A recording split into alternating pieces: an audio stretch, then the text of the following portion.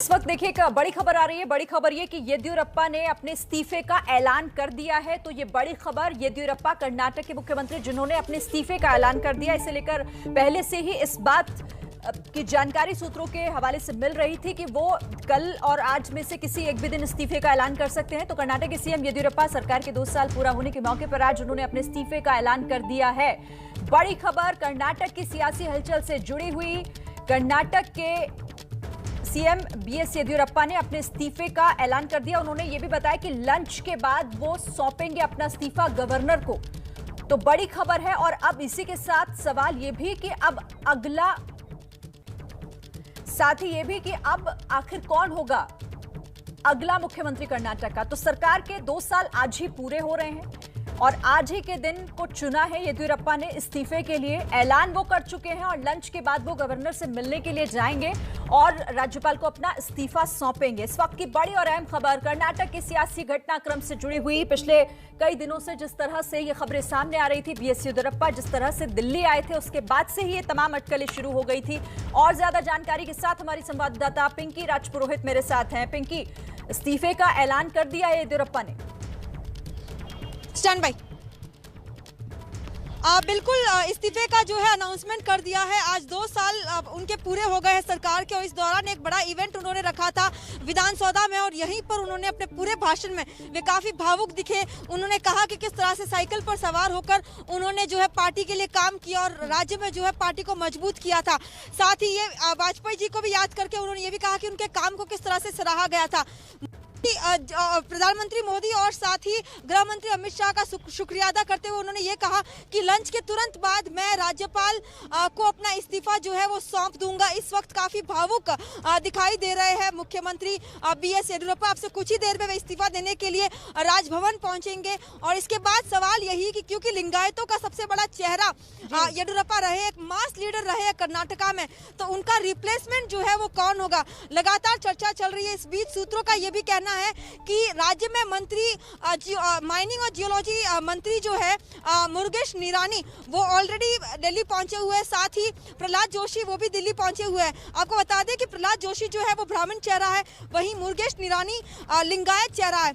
इस वक्त हाईकमान के सामने सबसे बड़ी चुनौती यही है कि अगर येदियुरप्पा जो कि लिंगायत समुदाय से आते हैं तो उन्हें जो है लिंगायत चेहरा ही क्या चुनना होगा, क्योंकि अगर ऐसा नहीं होता है तो जाहिर तौर पर ये समुदाय जो है वो नाराज हो सकता है। और जिस तरह का भावुक स्पीच इस वक्त येदियुरप्पा ने दिया है उससे साफ है कि इस पूरी कम्युनिटी के भीतर जो है काफी ज्यादा एक भावुकता देखी जाएगी। ऐसे में हर किसी की नजर अब इसी बात पर टिकी है कि आखिर अगला मुख्यमंत्री जो है वो कौन सा चेहरा होगा। जी ठीक है पिंकी, आप भी रहिए मेरे साथ। हमारे साथ संवाददाता विकास भदौरिया भी जुड़ गए। विकास, कल ही हम बात कर रहे थे कि आज या कल कोई एक दिन हो सकता है और आज सरकार के 2 साल पूरे हो रहे हैं कर्नाटक में और आज ही का दिन चुना है, ऐलान कर दिया इस्तीफे का।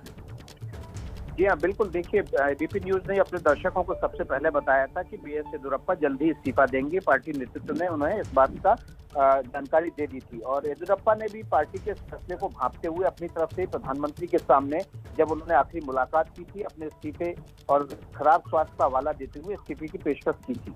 अब आज वो इस्तीफा हो चुका है। अब नए मुख्यमंत्री का चुनाव होना है। जाहिर तौर पर बड़ी लिंगायत कम्युनिटी का प्रतिनिधित्व करते हैं बीएस येदियुरप्पा। ऐसे में केंद्रीय नेतृत्व के सामने एक बड़ा सवाल है कि आखिर नया मुख्यमंत्री क्या लिंगायत कम्युनिटी से ही, समुदाय से आना चाहिए। और बीएस येदियुरप्पा का भी लगातार इसी बात की और दबाव है कि नया मुख्यमंत्री लिंगायत समुदाय से हो। ऐसी सूरत में 2 नाम उभर कर बड़ी तेजी से सामने आ रहे हैं। एक मुरुगेश निरानी जो कि अभी खनन मंत्री हैं कर्नाटक में, तीसरी बार के विधायक हैं, बेलगांव के दिल्ली विधानसभा का प्रतिनिधित्व करते हैं। उसके अलावा लक्ष्मण सऊदी, ये भी लिंगायत समुदाय से आते हैं, फिलहाल उप मुख्यमंत्री हैं और बड़ा चेहरा है लिंगायत समुदाय का। इनका भी नाम सबसे आगे चल रहा है। लेकिन इसके अतिरिक्त अगर केंद्रीय नेतृत्व की पसंद का कोई व्यक्ति जाता है तो फिर ऐसे में ब्राह्मण चेहरा प्रहलाद जोशी हो सकते हैं और संगठन महामंत्री बीएल संतोष, जो कि ब्राह्मण चेहरा है, कर्नाटक में लंबे समय तक महामंत्री के तौर पर उन्होंने पार्टी को सेवाएं दी है। कर्नाटक को बहुत बेहतरीन तरीके से, जिसको कहते हैं कि नस नस जानते हैं, ऐसे बीएल संतोष भी वहां पर मुख्यमंत्री के तौर पर जा सकते हैं। आज शाम तक हो सकता है कि नए मुख्यमंत्री के चेहरे के तौर पर पार्टी नेतृत्व किसी नतीजे पर पहुंच जाए।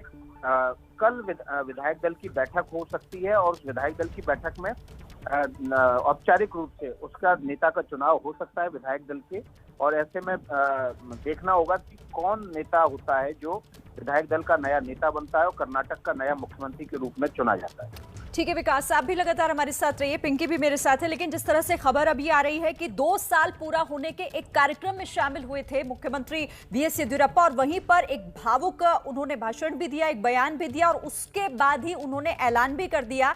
लेकिन उसमें उन्होंने कई महत्वपूर्ण बातें कही हैं। बीएस येदियुरप्पा ये कहते हुए नजर आए कि ऐसा कई बार हुआ है, मैं कई बार इस तरह की अग्नि परीक्षा से गुजरा हूं। जिस तरह से बीते दिनों लगातार कर्नाटक में जो सियासी हलचल हो रही थी उसमें येदियुरप्पा को लेकर नाराजगी बहुत ज्यादा थी, और ऐसे में यहां आलाकमान के सामने एक बहुत बड़ी चुनौती इस बात को लेकर थी, क्योंकि बीएस येदियुरप्पा जो कि लिंगायत समाज से आते हैं, समुदाय से आते हैं, तो अब अगला चेहरा कौन? विकास आपको यह भी बता रहे थे कि कई चेहरों पर जरूर चर्चा हो रही है, लेकिन इसके लिए अभी थोड़ा सा इंतजार और करना होगा। पिंकी, जरा बताइएगा, जिस कार्यक्रम में शामिल हो रहे थे बीएस येदियुरप्पा और जिस कार्यक्रम में उन्होंने एक भावुक स्पीच भी दी, क्या कुछ उन्होंने और कहा? देखिए, 2 साल खत्म होने का एक प्रोग्रेस रिपोर्ट जो है वो जनता के सामने रखी येदियुरप्पा ने। इसको बहुत ही ज्यादा स्मार्ट मूव येदियुरप्पा की कह सकते हैं कि जिस दिन उन्होंने इस्तीफा दिया उस दिन उन्होंने जो है कहीं ना कहीं ये प्रोग्रेस रिपोर्ट जो है वो जनता के सामने रखी कि 2 साल में उन्होंने क्या काम किया। लेकिन अपने पूरे भाषण में काफी भावुक होते हुए उन्होंने कहा कि किस तरह से बीजेपी को जो है राज्य में उन्होंने मजबूत किया, किस तरह से जब कार का दौर नहीं था उस वक्त उन्होंने साइकिल पर सवार होकर जो है पूरे राज्य भर में किस तरह से पार्टी को काफी मजबूत किया। साथ ही उनका ये भी कहना था कि उन्होंने जब भी सत्ता में पैर रखा है तो उन्हें जो है अग्नि परीक्षा हमेशा ही देनी पड़ी है। पहले भी हमने देखा था कि किस तरह से उन्हें सीएम पद से हटना पड़ा था, जिसके बाद उन्होंने अपनी केजेपी की अलग से पार्टी बनाई थी।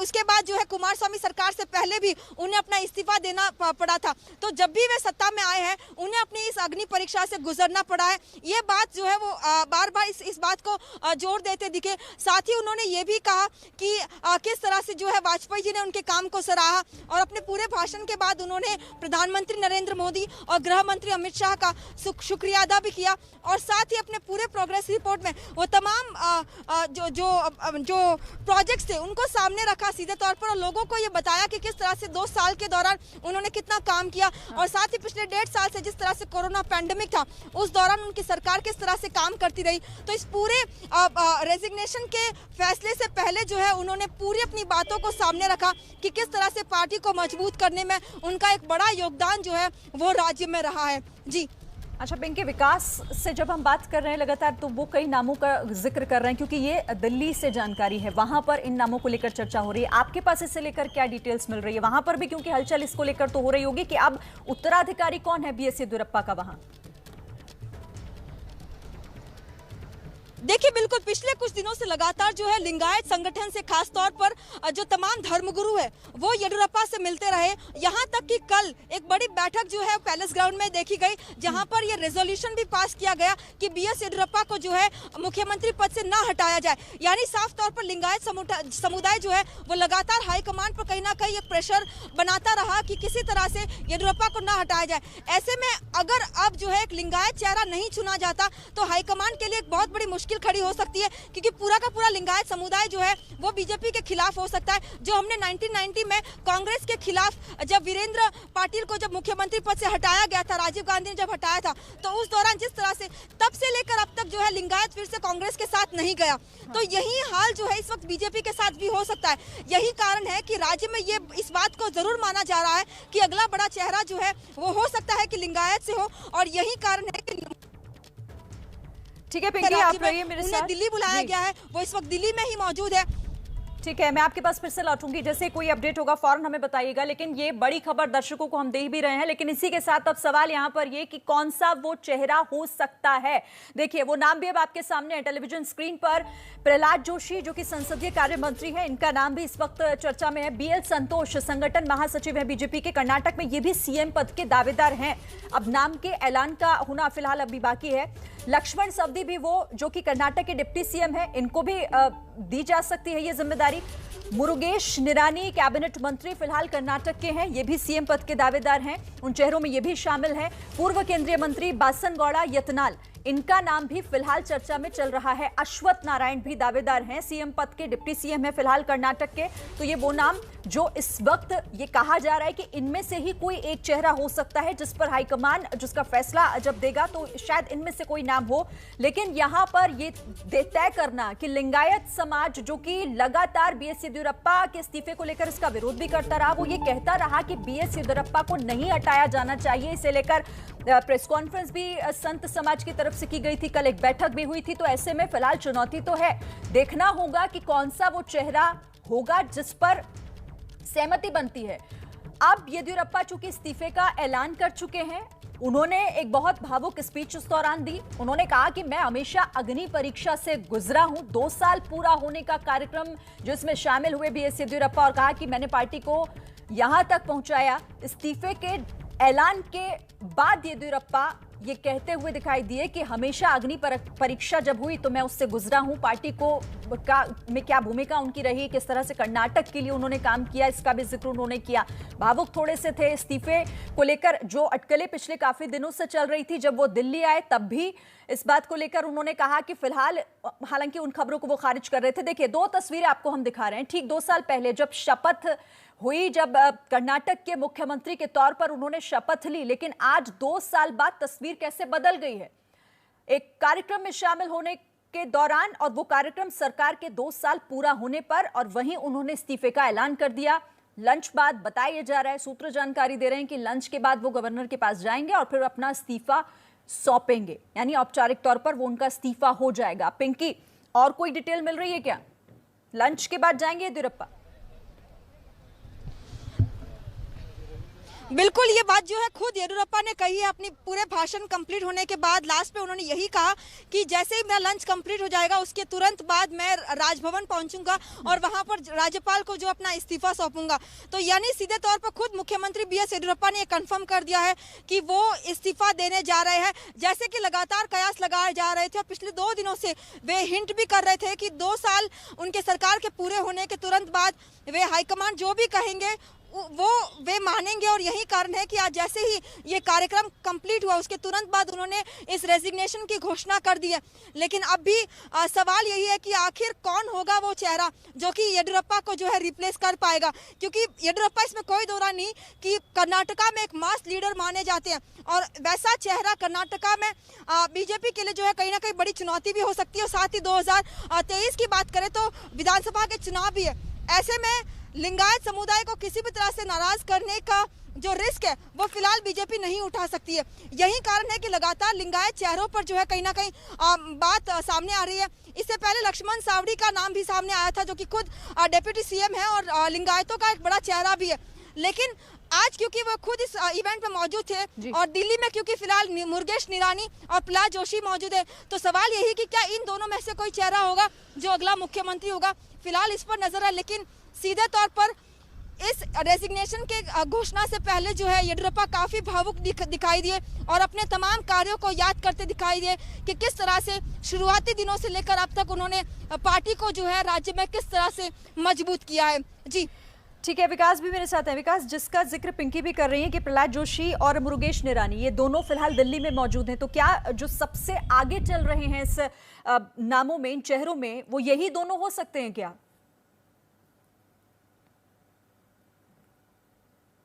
विकास,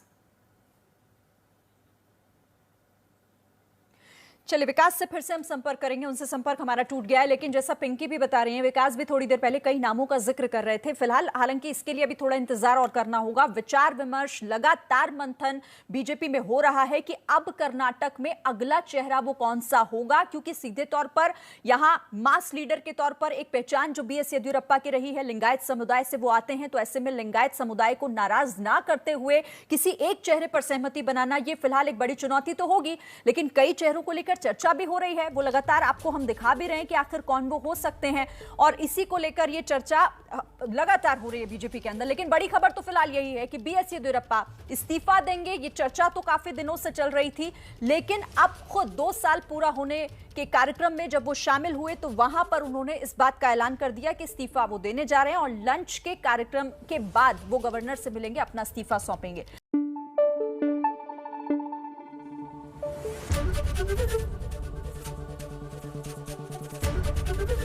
एबीपी न्यूज आपको रखे आगे।